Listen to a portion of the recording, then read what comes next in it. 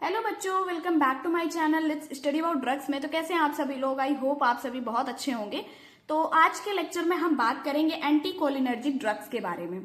ठीक है, जो हमारे प्रीवियस लेक्चर थे उसमें हमने बात की थी कोलिनर्जिक ड्रग्स की, मींस जो एसिटाइल कोलिन एसीएच के एक्शन को बढ़ाता है। लेकिन यहाँ पे हम बात कर रहे हैं एंटी कोलिनर्जिक ड्रग्स की।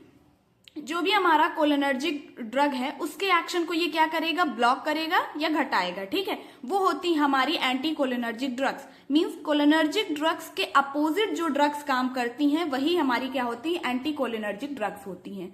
इतना आपको क्लियर हो गया। अब एंटी कोलिनर्जिक ड्रग्स को हम क्या बोलते हैं? मस्कैरेनिक रिसेप्टर एंटागोनिस्ट भी बोलते हैं, एट्रोपिनिक ड्रग भी बोलते हैं और पैरासिम्पैथोलाइटिक भी बोलते हैं। मतलब देखिए, हमारे वहां पे हमें दो रिसेप्टर देखने को मिलते थे, एक तो मस्कैरेनिक रिसेप्टर, दूसरा हमारा निकोटिनिक रिसेप्टर। ठीक है ना, जो वहां पे था वहां पे हम मस्कैरेनिक एगोनिस्ट की बात कर रहे थे। ठीक है, जो रिसेप्टर के एक्शन को बढ़ाए, लेकिन यहाँ पे हम उनके एंटागोनिस्ट की बात कर रहे हैं जो उसके एक्शन को ब्लॉक कर दे। तो यहाँ पे जो ड्रग्स लेंगे वो मस्कैरेनिक रिसेप्टर के एक्शन को ब्लॉक कर देंगे। ठीक है, एंटागोनिस्ट ले रहे हैं। एट्रोपिनिक ड्रग क्यों बोल रहे हैं? क्योंकि यहाँ की जो इस क्लास की मीन्स पैरासिम्पैथोलिटिक क्लास की जो ड्रग्स होंगी उसकी जो मेन ड्रग है, ठीक है, जो हमारी प्रोटोटाइप ड्रग है वो है हमारी एट्रोपिन। इस वजह से एट्रोपिनिक ड्रग भी बोलते हैं। पैरासिम्पैथोलाइटिक वहां पे क्या था? पैरासिम्पैथोमाइमेटिक, जो एक्शन को मिमिक कर रही थी, बढ़ा रही थी। ठीक है, सिमिलर एक्शन परफॉर्म कर रही थी।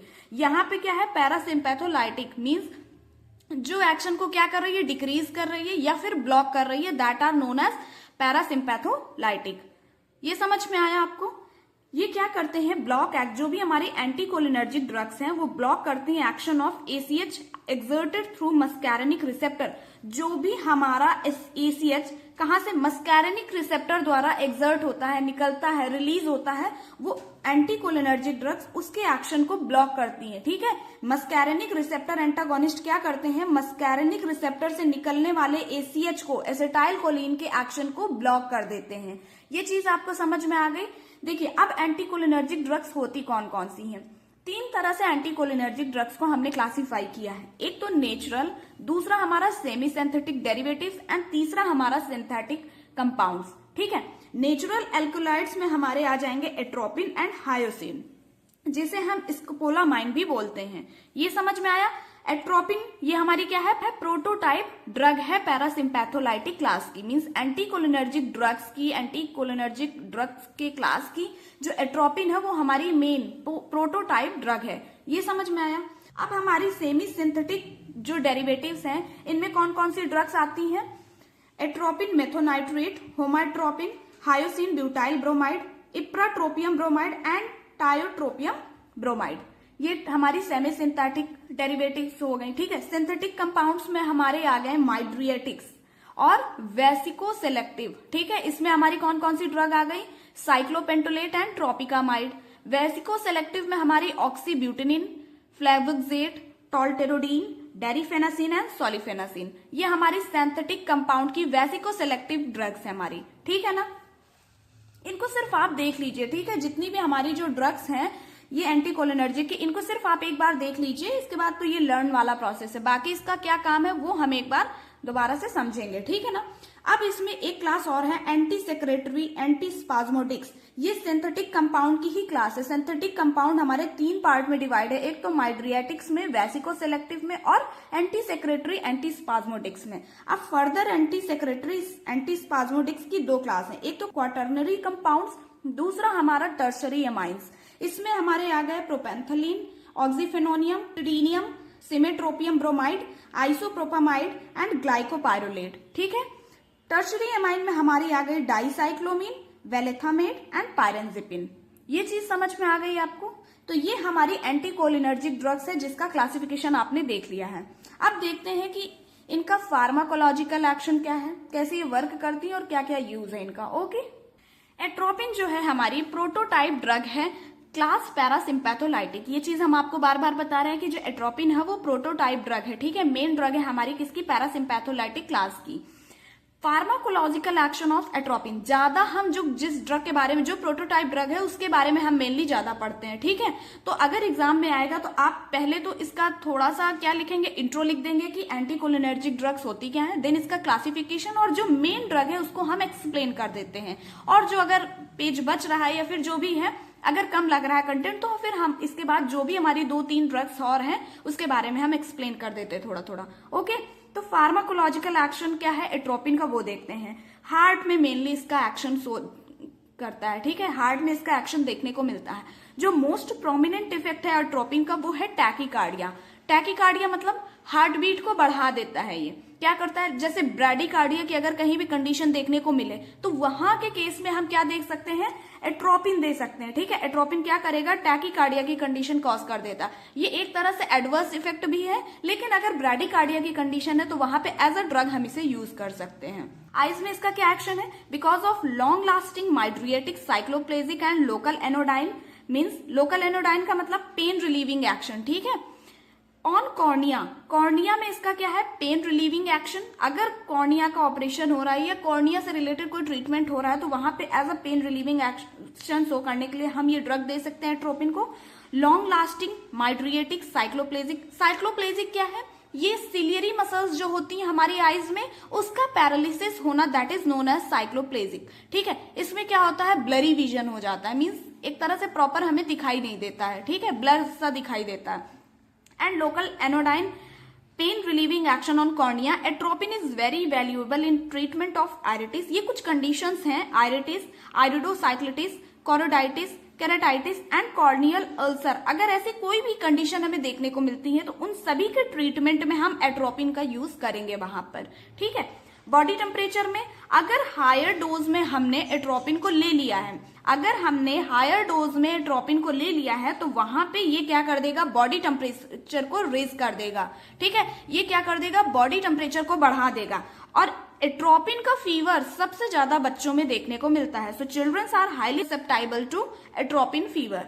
यूरिनरी ब्लैडर में इसका क्या एक्शन है, relaxation action on urinary bladder and ureter. Relaxation action मतलब ब्लैडर क्या हो जाता है, रिलैक्स हो जाता है, बढ़ जाता है, ठीक है। जिससे क्या होगा कि मतलब अगर ब्लैडर देखिए रिलैक्स हो जाएगा तो ब्लैडर की कैपेसिटी बढ़ गई, मीन्स अगर ब्लैडर बढ़ गया, ठीक है, ब्लैडर का जो साइज है वो क्या हो गया, थोड़ा सा बढ़ गया, ब्लैडर की कैपेसिटी वहां पे बढ़ जाएगी, मीन्स हम जो यूरिन है उसको ज्यादा देर तक होल्ड कर सकते हैं, है ना। रिलैक्सेशन की कंडीशन में यही होती है। तो बेनिफिशियल फॉर इनयूरेसिस, इनयूरेसिस क्या होती है, जो बेड वेटिंग देखने को मिलती है ना। इनवॉलेंट्री यूरिनेशन, जैसे कि इनवॉलेंट्री यूरिनेशन मतलब जिसमें अपना कंट्रोल नहीं है, हो जाता है, ठीक है। यूरिनेशन बहुत लोग होते हैं जिनको बेड वेटिंग होती है और इनवॉलेंट्री यूरिनेशन होती है। उस कंडीशन में अगर हम वहां पे एट्रोपिन देते हैं तो एट्रोपिन क्या करेगा कि ब्लैडर की कैपेसिटी को बढ़ा देगा, और जैसे ही ब्लैडर की कैपेसिटी बढ़ेगी तो इनयूरेसिस में हमें बेनिफिट मिलेगा, ठीक है। इनवॉलेंट्री यूरिनेशन नहीं होगा क्योंकि यूरिन और देर के लिए होल्ड रहेगी ब्लैडर में कैपेसिटी बढ़ने की वजह से। अच्छा, लेकिन इसका एक कॉन्ट्रा इंडिकेशन देखने को मिलता है, जो urinary retention can occurs in older males with prostatic hypertrophy. जिन भी ओल्डर मेल्स को प्रोस्टेटिक हाइपरट्रॉफी की कंडीशन है उनमें यूरिनरी रिटेंशन देखने को मिलता है, किसकी वजह से, एट्रोपिन ड्रग देने की वजह से। तो क्या होता है कि एट्रोपिन को हम प्रोस्टेटिक हाइपरट्रॉफी की कंडीशन जिन भी ओल्डर मेल्स को है उन्हें हम ये ड्रग नहीं देंगे। ये समझ में आ गया आप सबको। अब एक एक्शन इसका लोकल एनेस्थेटिक, मींस ये माइल्ड एनेस्थेटिक एक्शन भी शो करता है कॉर्निया में, ठीक है। कॉर्निया में कैसा एक्शन शो करता है, एनेस्थेटिक का, मींस एज अ एनेस्थीसिया भी यूज करते हैं, लेकिन माइल्ड होता है, लेकिन हम एज अ एनेस्थीसिया एक्शन के रूप में इसे यूज कर सकते हैं, सो इसे हम लोकल एनेस्थेटिक भी बोलते हैं। अब एट्रोपिन का थेरापेटिक यूज क्या है, देखिए ट्रिक क्या है, एट्रोपिन का आप एट्रोपा ले लीजिए, ठीक है। ए से एज अ माइड्रिएटिक साइक्लोप्लेजिक, ठीक है, ये एक्शन देखने को मिल रहा था। टी से ट्रेवलर्स डायरिया जो हो जाता है, ठीक है, डायरिया की कंडीशन में हम इसे देखते हैं। आर से अर्ली ऑनसेट इन मशरूम पॉइजनिंग, अगर मशरूम की पॉइजनिंग हो जाती है तो एज अ एंटीडोट हम यूज करते हैं एट्रोपिन को, ये क्लियर हो गया ना। ऑर्गेनोफॉस्फेट पॉइजनिंग हो जाती है हमारी। हमने एंटीकोलिनिस्टीरियज वाली ड्रग्स देखी थी ना, उसमें एक क्लास थी ऑर्गेनोफॉस्फेट की या फिर कार्बामेट्स की।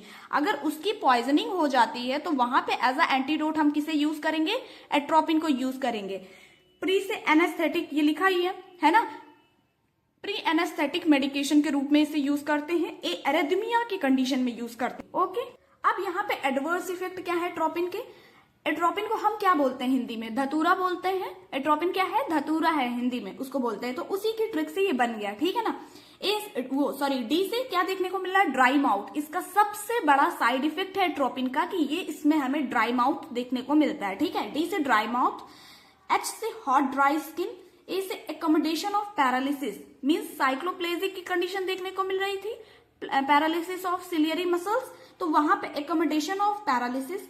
टी से हमारा टैकीकार्डिया। टैकीकार्डिया हमने क्या बोला था, एडवर्स इफेक्ट भी हो सकता है, लेकिन अगर ब्रैडीकार्डिया की कंडीशन है तो वहां पे ट्रीट करने के लिए हम क्या देंगे, एट्रोपिन देंगे। यू से यूरिनरी रिटेंशन हमें किन में देखने को मिल रही थी, जो भी प्रोस्टेटिक हाइपरट्रॉफी के ओल्डर मेल्स के केस में हमें प्रोस्टेटिक हाइपरट्रॉफी के केस में क्या देखने को मिल रहा था, यूरिनरी रिटेंशन देखने को मिल रहा था। ये भी इसका एक एडवर्स साइड इफेक्ट है, ठीक है, एडवर्स इफेक्ट है। आर से रेस्पिरेटरी डिप्रेशन देखने को मिलेगा एंड ए से अटैक्सिया। ओके, और देखिए एनाल्जेसिक्स और एंटीपायरेटिक्स जो ड्रग्स आती है मीन्स बुखार के या पेन रिलीविंग जो हमारी ड्रग्स आती हैं, अगर उनके साथ हम कॉम्बिनेशन में एट्रोपिन देते हैं, ठीक है, तो वो क्या है, अब हम नहीं दे सकते हैं। क्यों, क्योंकि वो इंडिया में ये बैन है। एंटीपायरेटिक्स और एनाल्जेसिक्स के साथ एट्रोपिन का कॉम्बिनेशन हम नहीं दे सकते क्योंकि ये क्या है, इंडिया में बैंड है। ये चीज हो गई, ये चीज समझ में आ गई ना आप लोगों को। इसके बाद एंटीडोट में हम देखेंगे एट्रोपिन क्या है, एक स्पेसिफिक एंटीडोट है फॉर किसके, एंटीकोलिनिस्टीरियस जो ड्रग्स थी हमारी कोलिनर्जिक सिस्टम में। हम देख रहे थे ना, हमारी जो एंटीकोलिनिस्टीरियस की एक क्लास थी ऑर्गेनोफॉस्फेट एंड कार्बामेट्स, उसके केस में हम क्या देते हैं, एंटीडोट। अगर उसकी पॉइजनिंग होती है तो स्पेसिफिक एंटीडोट है हमारा एट्रोपिन।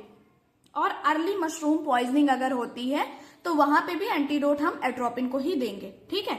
अगर एट्रोपिन या फिर ग्लाइकोपाइरोलेट को हम तब देते हैं जैसे हम माइस्थेनिया ग्रेविस, इसके पहले ही प्रीवियस लेक्चर में हमने देखा था कि माइस्थेनिया ग्रेविस में हम कौन सी सबसे फर्स्ट लाइन ड्रग्स हमारी कौन सी थी, नियोस्टिग्मिन थी, है ना।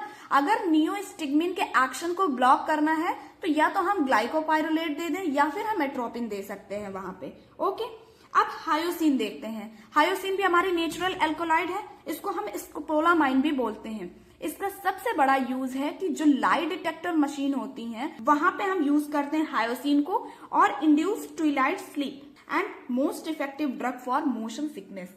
अगर मोशन सिकनेस की कंडीशन है तो वहां पे ये क्या है, मोस्ट इफेक्टिव ड्रग है। Another tertiary amine anticholinergic drug use for motion sickness, morning sickness and also has anti emetic property. सबसे अच्छा यूज इसका कहाँ है, डाइसाइक्लोमिन का। ये एक एंटी एमेटिक ड्रग है, मींस एंटी एमेटिक प्रॉपर्टी है इसके अंदर, और ये मोशन सिकनेस और मॉर्निंग सिकनेस के लिए भी हम यूज करते हैं डाइसाइक्लोमिन। ओके, नाउ हमारी जो दूसरी ड्रग है वो क्या है, ट्रोपिकामाइड। ट्रोपिकामाइड क्या है, ये माइड्रिएटिक्स है जो कि क्या करती है, प्यूपिल को डायलेट कर देती है। माइड्रिएटिक्स में क्या होता है, जो प्यूपिल होती है, आईज में जो प्यूपिल होती है वो क्या होती है, डायलेट हो जाती है, वही होती है हमारी माइड्रिएटिक्स। इस केस में हम यूज करते हैं ट्रोपिकामाइड को। ये क्या देती है, माइड्रिएटिक एक्शन को देती है, quickest and briefest action, that's why we use tropicamide. Okay, अब यहाँ पे combination of phenylephrine and with tropicamide. अगर हम फिनाइलेफ्रिन को ट्रोपिकामाइड के साथ देते हैं तो इससे हमें फास्टर और स्ट्रॉन्गर माइड्रिएटिक एक्शन देखने को मिलता है। देखिए यहाँ पे हमने बहुत शॉर्ट में सारी चीजें लिखी हैं, बहुत ज्यादा हमने थ्योरी पे फोकस नहीं किया है, जो मेन चीज है हमने डायरेक्टली उसको लिखा है, ठीक है ना, कि आप अगर फिनाइलेफ्रिन को ट्रोपिकामाइड के साथ देते हैं तो माइड्रिएटिक एक्शन हमें स्ट्रॉन्गर या फास्टर देखने को मिलेगा। ओके, अब हमारी एज अ कार्डियक वैगोलिटिक अगर ड्रग की बात करें तो एट्रोपिन हमारी वैगोलिटिक ड्रग के रूप में भी यूज की जाती है, एज अ कार्डियक वैगोलिटिक ड्रग भी मानी जाती है, ठीक है। अब ये क्या होती है, वैगोलिटिक ड्रग क्या होती है, देखिए हमारे हार्ट में एक वैगस नर्व प्रेजेंट होती है, ठीक है। क्या प्रेजेंट होती है, वैगस नर्व हमारे हार्ट में। अगर वैगस नर्व के ये क्या करती है, एक्शन को इनहिबिट कर देती है, जिससे क्या हमें देखने को मिलता है, टैकीकार्डिया देखने को मिलता है ना। तो atropine and scopolamine inhibit M2 receptor on heart में कौन सा रिसेप्टर प्रेजेंट होता है? मस्कैरेनिक का M2 रिसेप्टर प्रेजेंट होता है। जिसे नहीं पता वो पिछले लेक्चर देख लो, उसमें सारे कुछ हमने लिख रखा है ना कि कौन सा रिसेप्टर कहाँ प्रेजेंट है। तो एट्रोपिन और जो स्कोपोलामाइन है, जो हमारी हायोसिन है, वो क्या करते हैं, हार्ट में जो M2 रिसेप्टर है वो प्रेजेंट होता है, उसे इनहिबिट करते हैं, जिससे कि हमारा हार्ट रेट क्या हो जाता है? इंक्रीज हो जाता है। और जैसे इंक्रीज होगा तो इसका हम यूज कहाँ करेंगे? ब्रैडीकार्डिया की कंडीशन में यूज करेंगे। ब्रैडीकार्डिया जहां पे हार्ट रेट क्या होता है? कम होता है। उस कंडीशन में हम क्या देते हैं? एट्रोपिन या फिर हायोसिन देते हैं। ठीक है, एज अ वैगोलिटिक ड्रग इसीलिए बोलते हैं क्योंकि ये वेगस नर्व जो हमारी हार्ट में प्रेजेंट होती है उसके एक्शन को इनहिबिट करता है। अब वैसिको सेलेक्टिव एंटीकोलिनर्जिक्स भी देखने को हमें मिली है। ठीक है, इसके क्लास में हमारी क्या आती है? वैसिको सेलेक्टिव ड्रग भी है। वैसिको सेलेक्टिव ड्रग कौन सी होती है? जितनी भी हमारी जो वैसिको सेलेक्टिव एंटीकोलिनर्जिक्स होती हैं, ये हमारी क्या होती है? M3 selective muscarinic antagonist. अब देखिए, M3 सेलेक्टिव बोला है ना, सेलेक्टिव और नॉन सेलेक्टिव क्या होता है ये चीज आप पहले समझिए। देखिए, जो सेलेक्टिव होता है उसमें क्या होती है? वो ड्रग जो होती है वो किसी स्पेसिफिक रिसेप्टर में काम करती है। अगर हमने बोल दिया कि सेलेक्टिव है, ठीक है, ये हमने बोला कि सेलेक्टिव है, तो सेलेक्टिव मीन्स जो ये वाली जो ड्रग्स हैं, इसके अंदर जितनी भी ड्रग्स आएंगी लाइक ऑक्सीब्यूटिनिन है, ठीक है, ये हमारी मेनली M3 रिसेप्टर में ही सिर्फ काम करेगी। सेलेक्टिव है, सिर्फ एक ही रिसेप्टर में काम करेगी, वो है M3, है ना। या फिर अगर हमने बोला M2 सेलेक्टिव तो वो हमारे M2 रिसेप्टर में ही काम करेगी। ओके, अगर नॉन सेलेक्टिव बोलते हैं तो वो हमारे इस रिसेप्टर, मान लीजिए अगर हम कोई नॉन सेलेक्टिव बोल रहे हैं तो ठीक है, वो शायद हमारे M3 रिसेप्टर में भी काम कर सकती है और M2 रिसेप्टर में भी काम कर सकती है। तो जो भी ड्रग हमारे किसी स्पेसिफिक रिसेप्टर में वर्क करती हैं वो हमारी सेलेक्टिव ड्रग्स होती हैं, और जो हमारी हर रिसेप्टर में वर्क करती हैं वो नॉन सेलेक्टिव ड्रग्स होती हैं। जैसे कि एट्रोपिन और हायोसिन, ये क्या है? नॉन सेलेक्टिव ड्रग्स है। क्यों? क्योंकि ये हर जगह काम कर रही हैं, हर रिसेप्टर में काम कर रही हैं। आपने क्या देखा कि M2 रिसेप्टर में भी हायोसिन वर्क कर रही है, M1 रिसेप्टर में भी काम कर रही है, M3 रिसेप्टर में भी काम कर रही है एट्रोपिन, है ना, हर रिसेप्टर में काम कर रही है। तो ये क्या है? नॉन सेलेक्टिव ड्रग है। लेकिन अगर सेलेक्टिव ड्रग की बात करें तो वो सिर्फ किसी स्पेसिफिक रिसेप्टर में ही काम करेंगी। अब ये जो हमारी वैसिको सेलेक्टिव एंटीकोलिनर्जिक्स हैं, ये M3 सेलेक्टिव मस्कैरेनिक एंटागोनिस्ट है। मींस M3 रिसेप्टर जो है वो हमारे स्मूथ मसल्स, यूरिनरी ब्लैडर यहाँ प्रेजेंट होते हैं। ठीक है, ये क्या करेंगी? ब्लैडर की कैपेसिटी को बढ़ाएंगी, ब्लैडर की कैपेसिटी को क्या करेंगी? इंक्रीज करेंगी। और इसमें जो ड्रग्स आती हैं वो हमारी ऑक्सीब्यूटिनिन, डेरिफेनासिन, सोलिफेनासिन, और पीछे भी जो भी लिखी हैं वो भी देख लीजिएगा एक बार आप लोग। हाँ, अब इसके इंटरैक्शंस देखने को मिलते हैं हमें। Absorption of most drugs is slowed because atropine delays gastric emptying। बहुत सी जो ड्रग्स होती हैं उनका एक्शन यहाँ पे क्या हो जाता है? स्लो हो जाता है। ठीक है, उनका एब्जॉर्प्शन स्लो हो जाता है क्योंकि एट्रोपिन क्या करता है? गैस्ट्रिक एम्प्टीइंग को डिले करता है। ठीक है, इससे बहुत सारी ड्रग्स का एब्जॉर्प्शन क्या हो जाता है? स्लो हो जाता है। तो यहाँ पे एक तो इंटरैक्शन देखने को मिल रहा है, इंटरफेयर हो रहा है ड्रग्स के साथ। ठीक है, antacid interfere with absorption of anticholinergics. Antacid को हमें एंटीकोलिनर्जिक के साथ नहीं देना चाहिए। क्यों? क्योंकि उसके एब्जॉर्प्शन को वो क्या करता है? इंटरफेयर करता है ना, उसके एब्जॉर्प्शन को ये खराब करता है। माओ इनहिबिटर्स क्या है? मोनो अमाइन ऑक्साइड हमने पढ़ा था। ये जो इनहिबिटर्स होती हैं, ठीक है, माओ inhibitors interfere with metabolism of anticholinergic anti parkinsonian drugs. इसी में हमारी एंटी पार्किंसोनियन ड्रग आती हैं, उसके साथ ये इंटरफेयर करती हैं, तो हमें ये ड्रग भी साथ में कॉम्बिनेशन में नहीं देनी होती है। ठीक है, तो ये हमारे कुछ इंटरैक्शंस हैं जहां पे हम एंटीकोलिनर्जिक ड्रग्स को उन सब ड्रग्स के साथ कॉम्बिनेशन में नहीं देंगे। अब हम बात करेंगे drugs acting on autonomic ganglia. वहां पे हमारी दो तरीके की ड्रग्स है, एक तो गैंग्लियोनिक स्टिमुलेंट, दूसरी हमारी गैंग्लियोनिक ब्लॉकर। ठीक है, जिसे भी गैंग्लिया, गैंग्लियन, स्टिमुलेंट, ब्लॉकर सब कुछ नहीं पता है, प्लीज प्रीवियस लेक्चर जरूर देखें, उनमें आपको सारी चीजें क्लियर हो जाएंगी। ठीक है, गैंग्लियोनिक स्टिमुलेंट्स क्या होते हैं? ऐसी ड्रग्स जो हमारी, देखिए गैंग्लियोनिक में हमने क्या देखा था कि N रिसेप्टर था, है ना, वहां पे दो रिसेप्टर देखने को मिल रहे थे, एक तो NN रिसेप्टर, दूसरा हमारा NM रिसेप्टर। ठीक है, तो जो भी ड्रग्स हमारी NN रिसेप्टर को स्टिमुलेट करती हैं वो हमारी क्या होती हैं? गैंग्लियोनिक स्टिमुलेंट्स होती हैं। गैंग्लियोनिक स्टिमुलेंट्स में हमें कौन कौन सी ड्रग देखने को मिल रही है? Selective nicotinic agonist, means nicotinic agonist को जो बढ़ाती है, मीन्स निकोटिनिक रिसेप्टर को जो बढ़ाते हैं एक्शन को, वो ड्रग हमारी यहाँ पे लिखी है। अब ये सिलेक्टिव है, सिर्फ एनएन रिसेप्टर में काम करने वाली है ये, ठीक है, और किसी रिसेप्टर में काम नहीं करेंगी। तो ये देखिए, निकोटिन को अगर हम स्मॉल डोज में देते हैं तो क्या करेगा, निकोटिन के एक्शन को बढ़ा देगा। लोबेलिन डाइमेथिल फिनाइल पिपराजीनियम DMPP, यहाँ पे हम इसको एगोनिस्ट के रूप में दे रहे थे। पिछले लेक्चर में देखिए एंटागोनिस्ट और सिलेक्टिव एंटागोनिस्ट और एगोनिस्ट हमने पढ़ रखा है। तो सिलेक्टिव एगोनिस्ट अगर हमें देना है एनएन रिसेप्टर में तो वहां पे हम DMPP को दे रहे थे, dimethyl phenyl piperazinium, tetramethyl ammonium and varenicline, ठीक है। ये क्या है, सेलेक्टिव निकोटिनिक एगोनिस्ट है जो निकोटिनिक रिसेप्टर के एक्शन को बढ़ा देंगे, मींस एनएन रिसेप्टर के एक्शन को बढ़ाएंगे, स्टिमुलेट करेंगे, ठीक है। अब ये क्या है, नॉन सेलेक्टिव या मस्कैरेनिक एगोनिस्ट भी हम बोल सकते हैं। ये मस्कैरेनिक रिसेप्टर को बढ़ा रही थी, ठीक है, नॉन सेलेक्टिव, लेकिन ये यहां भी काम करेंगी और यहां भी काम करेंगी, मीन्स मस्कैरेनिक में भी काम कर सकती है, निकोटिनिक में भी काम कर सकती हैं, ठीक है। तो ये नॉन सेलेक्टिव हो गई हमारी। एसिटाइलकोलिन, कार्बाकॉल, पिलोकार्पिन एंड एंटीकोलिनिस्टीरियेज जो हमने पढ़ी थी मस्कैरेनिक एगोनिस्ट के अंदर, जितनी भी हमने ड्रग पढ़ी थी वो सारी चीजें हमारी यहाँ पे आ जाएंगी, ठीक है। थोड़ा सा निकोटिन के बारे में जान लेंगे, एक ड्रग के बारे में। तो निकोटिन हमारी एक तरह का एल्कोलॉइड है, आप लोग फार्माकोगनोसी में पढ़ेंगे। ये हमारा एक तरह का एल्कोलॉइड है जिसका हमारा नेम क्या है, बायोलॉजिकल नेम क्या है, निकोटियाना टोबैकम, ठीक है, टोबैको है एक तरह से। It acts as an agonist on both NN and NM subtypes. NN और एनएम सबटाइप में एज अ एगोनिस्ट ये काम करती हैं। गैंग्लिया वाली जो भी हमारे सब टाइप्स हैं उसमें ये काम करती हैं एज एगोनिस्ट, मीन्स एगोनिस्ट मतलब एक्शन को बढ़ा देती हैं। No therapeutic application of ganglionic stimulation, no useful purpose. हम इनका कोई भी आज के समय में कोई भी यूजफुल पर्पज है नहीं इनका, ये गैंग्लियोनिक स्टिमुलेंट का कोई भी थेरापेटिक एप्लीकेशन नहीं, ठीक है, तो इसको हम यूज नहीं करते हैं। सेकेंड है हमारी गैंग्लियोनिक ब्लॉकर्स। इन्हें हम निकोटिनिक रिसेप्टर एंटागोनिस्ट भी बोलते हैं और न्यूरोमस्कुलर ब्लॉकर्स भी बोलते हैं, ठीक है।